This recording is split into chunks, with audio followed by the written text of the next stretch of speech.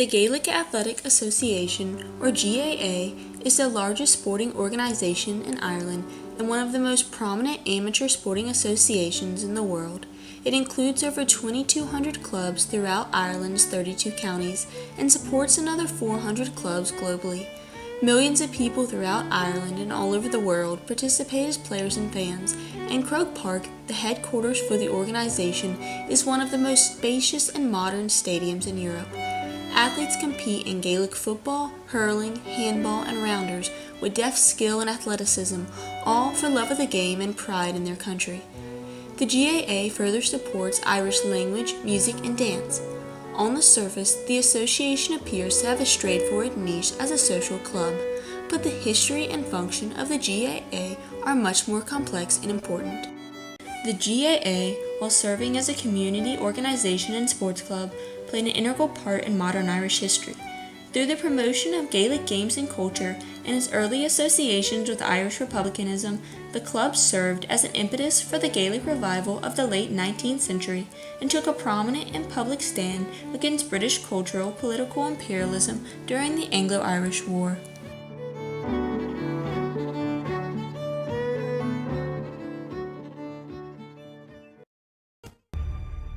The island of Ireland remained largely untouched for most of its early history, and as such it retained a distinctive Celtic culture which distinguished it from its Anglo-Saxon neighbors.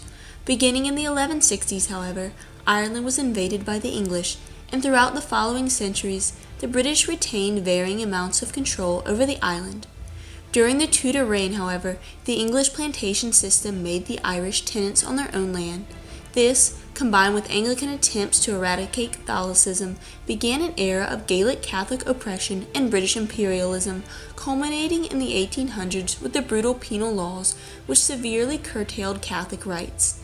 The controversial potato famine of the 1840s, which was exacerbated by the British government's exportation of foodstuffs, further devastated the island and caused the population to fall by more than a fourth due to starvation and emigration. By the early 1900s, the Irish were ready for autonomy and eventually independence. To achieve this, however, they would have to defeat the world's strongest power. Although traditional Gaelic football and handball games had been played in Ireland for thousands of years before the English occupation, a widespread attempt to systematically eradicate distinctly Gaelic aspects of Irish culture on the part of the British, combined with the devastation of the potato famine, meant that these games were in decline by the late 19th century. In response, the Gaelic Athletic Association was founded in 1884 by a teacher and nationalist from County Clare, Michael Cusack, who was dismayed by the disappearance of traditional Irish games and sports and their replacement by English ones like cricket and rugby, which he saw as the chains of imperialism and oppression. Initially, his objectives were straightforward: further Irish sports and culture and create a single administrative body. As the fledgling organization grew and found patrons like Republican politician Charles Parnell and radical labor leader Michael Davitt, however, it quickly became associated with the rising Irish Republican movement, and the lines between sporting organization and political instrument blurred. One influential early patron was Dr. Thomas W. Croke, Archbishop of Cashel. He worked tirelessly to promote the new association, and this connection allowed the GAA to organize alongside and in conjunction with already existing parish and county structures. These early ties with the Catholic hierarchy in Ireland would remain an essential aspect of the GAA's growth and success. Many of the patrons had radical Republican ties, and some were even members of the Irish Republican Brotherhood, a militant nationalist group that supported independence. They wanted the GAA to play a more significant political role, and at the annual GAA convention in 1886, the IRB took control of the executive, a role that it would retain throughout the Irish War for Independence. Although the two organizations were never officially amalgamated, the ulterior motives and objectives of the IRB leadership caused the GAA to become extremely political, and there was extensive overlap between the groups' membership. This connection was quickly identified by the British police in Ireland, who wrote of the exposure of the GAA by the IRB. This classification with other revolutionary groups further radicalized the GAA. The formation of the GAA also furthered the Gaelic revival of the late 19th century. The British had promoted the idea that the Irish were inherently inferior, a sentiment that took root amongst the desolation of the potato famine. The Gaelic revival helped change this view. It promoted a pride in a shared Irish history and culture, and it reinvigorated Irish nationalism through the use of language, traditional myths and legends, music, and sports. This helped create a distinctly Hiberno culture, resulting in a fluid environment of Irish patriotism, as well as an emerging desire for independence. Through the GAA's role as a leader in the Irish Ireland movement, the organization stood up to centuries of British cultural imperialism and helped revive traditional Gaelic culture and identity. To further this aim, the GAA enacted the Ban, a set of definitively anti-English rules that forbid all members of the British Armed Forces from joining the GAA. By forming quasi-alliances with the Church, the Republican political movement, and the Gaelic social revival, the GAA was able to help unify almost every aspect of Irish culture in a pro-Gaelic and anti-British stance. This atmosphere created a social environment ripe for revolution. The GAA also began to make a more public and obvious stand against the British in Ireland. Its role as an athletic club meant that it provided the IRB with a perfect recruiting ground. Large numbers of GAA members fought with the rebels during the Easter Rising, and prominent GAA leaders even urged their members to join the Irish Volunteers. By the Anglo-Irish War's onset in 1918, the GAA had become an operative opponent of British rule in Ireland. And from the very beginning, politics dominated the association, particularly extreme nationalist politics.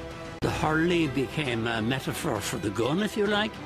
And of course, it was the GA players who supplied the rank and file really for the volunteers and freedom fighters, there's no doubt about that. During the war, the GAA remained active, although it served in a largely supporting capacity. Many of the association's ranks fought against the British, and the GAA openly honored Irish deaths during the war by cancelling or dedicating matches, and the club also helped raise funds for prisoners and internees. Notable Irish revolutionary leaders like Michael Collins and Eamon de Valera were personally involved with the organization, a strong statement as they were considered terrorists by the British government during this time. In addition, Irish prisoners and internees played Gaelic games extensively as a way of affirming their Irish identity, and this was viewed as a form of protest by the British. The GAA was no mere passive supporter of independence. Oftentimes, the nationalistic fervor of the association manifests itself in physical displays. Gaelic Sunday exemplifies the GAA's commitment to taking risks and standing up to British oppression. During the summer of 1918, the GAA decided to ignore British laws that banned matches without special permits. Over 1,500 matches took place around the country, all technically illegal. There was no police response, and this victory further secured the GAA's role as a national player in the Anglo-Irish War, and it demonstrated the active stance that the GAA took in opposition to the established government of the time.